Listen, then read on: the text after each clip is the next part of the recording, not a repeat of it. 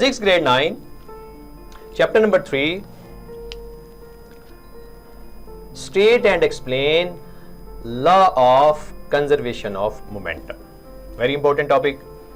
उम्मीद है कि मैं इंशाल्लाह जिन स्टूडेंट्स ने भी एग्जाम देना है उनसे पहले मैं बहुत मेन टॉपिक्स आपके लिए इंशाल्लाह यूट्यूब में डाल रहा हूं, तो उसको सुने और उससे भरपूर फायदा उठाइएगा। Law of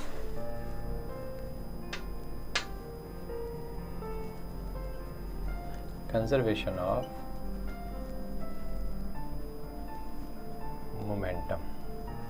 before starting the topic please my dear student, मैं आपको थोड़ा सा मोमेंटम के मतलब बता दूं। Momentum basically quantity of motion in a body momentum है, लेकिन हम जब इसको मैथमेटिकली डिनोट करते हैं तो हम इसको P से डिनोट करते हैं, और momentum is a product of mass and velocity. Bullet बड़ी हाई स्पीड से मूव करती है हैविंग स्मॉल मास, लेकिन हाई मोमेंटम है। तो ये मोमेंटम फिर दो फैक्टर पे डिपेंड कर रहा है, मास और वेलोसिटी पे। बेशक बुलेट का मास बहुत स्मॉल है, ठीक है, लेकिन स्पीड उसकी बड़ी हाई है।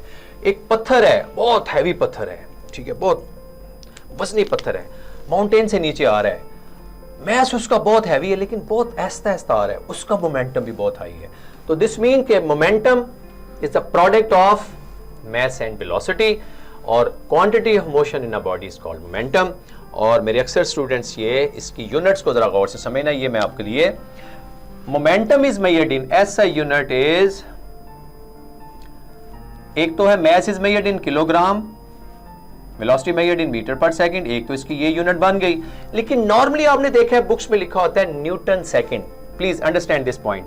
न्यूटन सेकंड कैसे आएगा माय डियर स्टूडेंट्स? ये देखें, किलोग्राम मीटर पर सेकंड, सेकंड से मल्टीप्लाई करें, सेकंड से डिवाइड कर दें। 2 से मल्टीप्लाई जैसे करते हैं 2 से डिवाइड मैथमेटिक्स में, क्योंकि फिजिक्स और मैथमेटिक्स का आपस में बड़ा क्लोज रिलेशन है। किलोग्राम मीटर पर सेकंड स्क्वायर, ये बन जाएगा जनाब किलोग्राम मीटर पर सेकंड स्क्वायर इनटू सेकंड। ये मैंने आपको लास्ट लेक्चर में बताया था जब मैंने Newton second law of motion, please देखिएगा, उसमें आपको ये चीज क्लियर होगी। 1 kg बॉडी एक्सेलरेट 1 मीटर पर सेकंड स्क्वायर, जिस तरह 1 न्यूटन था, 1 kg बॉडी एक्सेलरेट 1 मीटर पर सेकंड स्क्वायर, तो किलोग्राम मीटर पर second square is always called Newton. तो we can say that Newton second. तो अक्सर ये FSC के एग्जाम में भी एग्जामिनर पूछता है What is momentum? Derive its SI unit. तो ये Newton second is also SI unit of momentum. Momentum की डेफिनेशन आपके सामने मैंने ये लिखी है, इसको जरा देखिएगा। दोनों डेफिनेशन बताई है मैंने और मैथमेटिकल फॉर्म बताई है। SI यूनिट इसकी किलोग्राम मीटर पर सेकंड है, लेकिन न्यूटन सेकंड भी है अकॉर्डिंग टू दिस। तो ये एक शॉर्ट आंसर था, what is momentum and describe its SI unit. तो SI unit kilogram meter per second as well as Newton second. Okay, dear students, now come to the point.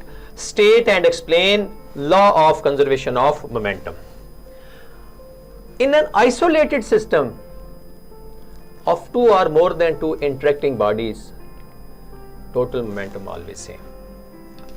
अगर आप generally इसको define करते हैं, isolated को मैं थोड़ा सा बताऊंगा कि मैं अक्सर ये एग्जांपल देता होता हूं कि isolated mean the bodies are exert force one another but no external force act upon it. इसकी मैं मिसाल यूं देता हूं कि अगर घर के मामलात एक्सटर्नली लोग सॉल्व करें तो वो घर डिस्ट्रॉय हो जाता है।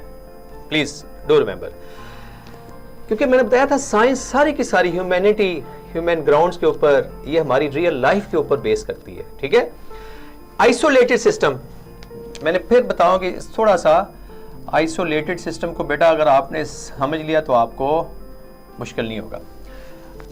मॉलिक्यूल आपस में, बॉडीज आपस में कोलाइड करें but no external force act upon it. इसकी बेस्ट एग्जांपल आपको दूं, एक तो मैंने ये दी है ना ह्यूमन लाइफ से रिलेटेड, सिलेंडर्स में जो मॉलिक्यूल्स हैं they are always collide one another, elastic collision है, दीवार से टकराते हैं, बट कोई अगर उसको एक्सटर्नल फोर्स लगाए तो सिलेंडर क्या करेगा? ब्लास्ट कर जाएगा। तो वो क्या हुआ? आइसोलेटेड नहीं। आइसोलेटेड सिस्टम में द फोर्स, द मॉलिक्यूल्स और bodies collide with one another but no external force act upon it. I hope कि आपको आइसोलेटेड सिस्टम याद रहेगा। एक आपको मैंने बताया मोमेंटम का, एक आइसोलेटेड सिस्टम का। अभी हम चलते हैं इस लॉ की तरफ। Total momentum of an isolated system of interacting body remain same, number 1। दूसरी जो इसकी डेफिनेशन है जिसकी बेस पे हमने लॉ को अप्रूव करना है वो ये है बेटा जी, total momentum before collision is always equal to total momentum after collision। Please understand करना है। अभी मैं आपके सामने एक फिगर ड्रॉ करता हूं, प्लीज उसको अंडरस्टैंड करना है। एक बॉडी है, ये एक बॉडी है, ठीक है। इसका बॉडी का मास m1 है, इसका m2 है, इसकी वेलोसिटी u1 है, ये u2 से मूव कर रही है, ठीक। ये बिफोर कोलिजन है। अभी यहां पे इनकी कोलिजन हो गई है, बॉडीज वही हैं, कोशिश करनी है बॉडीज को आपने वही शेप देनी है, वो कोशिश करना है शेप वही रखनी है। इनकी कोलिजन होगी, लड़ाई होगी जी इनकी, ठीक है जी। m1 m2 they are moving with velocity u1 u2। अभी ये फोर्स F एक्ट करेगी तो ये माइनस F करेगी, इक्वल बट अपोजिट। यहाँ पे कोलिजन इज देयर। फिर जो बॉडी है वो डिफरेंट वेलोसिटी से मूव करेगी, v1 वेलोसिटी से मूव करेगी, ये v2 वेलोसिटी से मूव करेगी। बॉडीज वही हैं, m1 m2 है, इसको हम कहते हैं after collision. My dear student, मैंने आपको बताया था मैंने बोर्ड पे कोई इंग्लिश नहीं लिखनी, मैंने टॉपिक नहीं लिखना, मैंने आपको सिर्फ कंसेप्ट देना है ताकि आप इसको सुने और अपनी बुक से आपने इसको अंडरस्टैंड करना है। Let us consider two bodies A and B, इनका नाम रख लें। एक बॉडी A है, एक बॉडी B है।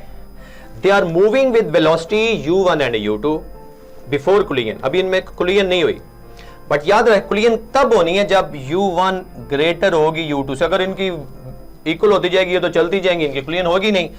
u1 इसकी वेलोसिटी जब ज्यादा होनी है तब इस बॉडी ने दूसरी से कोलाइड करना है। ओके, कोलिजन होगी जी बिफोर कोलिजन। अच्छा, अभी आपको मैंने अभी जैसे मोमेंटम बताया था, जरा उसको मैंने आराम से एक एक केस बताऊंगा। Momentum before collision, first body का मोमेंटम शॉर्टकट लिखूंगा m1 u1, ठीक है। Momentum product of mass and velocity. Second body का momentum m2 u2, before collision की बात हो रही है। Momentum first body, second body. अभी ये टोटल मोमेंटम क्या होगा? टोटल मोमेंटम बिफोर कोलिजन क्या होगा जी? m1 u1 plus m2 u2। चूंकि लॉ जब भी हम एक्सप्लेन करते हैं बेटा वैल्यू नहीं लगाते होते हम, जनरली लॉ जो कि सबके लिए होता है हम स्पेसिफिक वैल्यू लगाते हैं कि 2 4 एंड सो ऑन। जनरली हम कहते हैं u1 वेलोसिटी m1 मास, u2 वेलोसिटी m2 मास। ओके, तो ये टोटल मोमेंटम क्या आ गया? Before collision. अभी कोलिजन हुई है इनके दरमियान। आफ्टर कोलिजन जैसे बिलियर्ड है और बाकी जो आप गेम देखते हो ना, स्नूकर है, उसमें एक बॉल दूसरी को स्ट्राइक करती है। First body after collision move with velocity v1। तो भी आपके सामने मैं ये देखें यहीं पे लिखता हूं ताकि आपको पता चले। Momentum of first body after collision, momentum of first body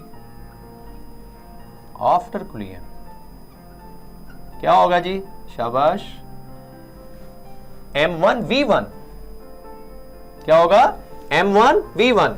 momentum of second body after collision m2 v2। Okay, ठीक है ना? मोमेंटम आपके सामने लिखा है, फिगर को अंडरस्टैंड करना है। m1 v1 first momentum after collision, m2 v2 second body का momentum after collision. Total momentum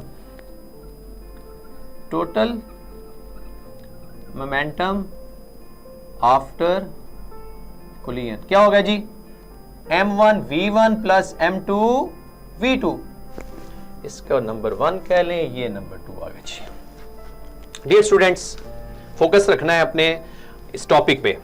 two bodies हैं, डिफरेंट वेलोसिटी से मूव कर रही हैं, कोलिजन हो गया है। ये पहले हमने इसका मोमेंटम निकाल लिया according to second definition.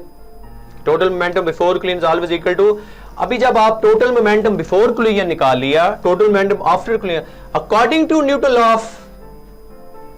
Law of conservation of momentum क्या लिखेंगे हम अभी हम लिखेंगे जनाब अकॉर्डिंग टू लॉ, कौन सा law? Above mentioned law, total momentum before collision is always equal total after collision. तो आप इसको मैं शॉर्टकट से m1 u1 plus m2 u2 is equal to m1 v1 plus m2 v2।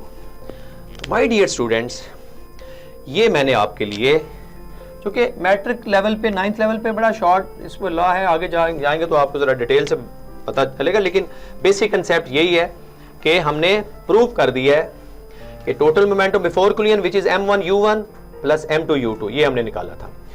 After collision body collide करके with different velocity move कर रही है, momentum क्या आ गया m1 v1, तो ये हम कह सकते हैं कि total momentum before collision is always equal to total momentum after collision which is called law of conservation of momentum.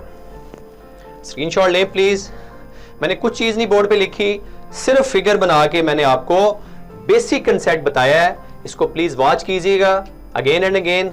फिर भी कोई डिफिकल्टी हो तो आपसे मेरे से कीप इन टच रहिएगा। Thank you.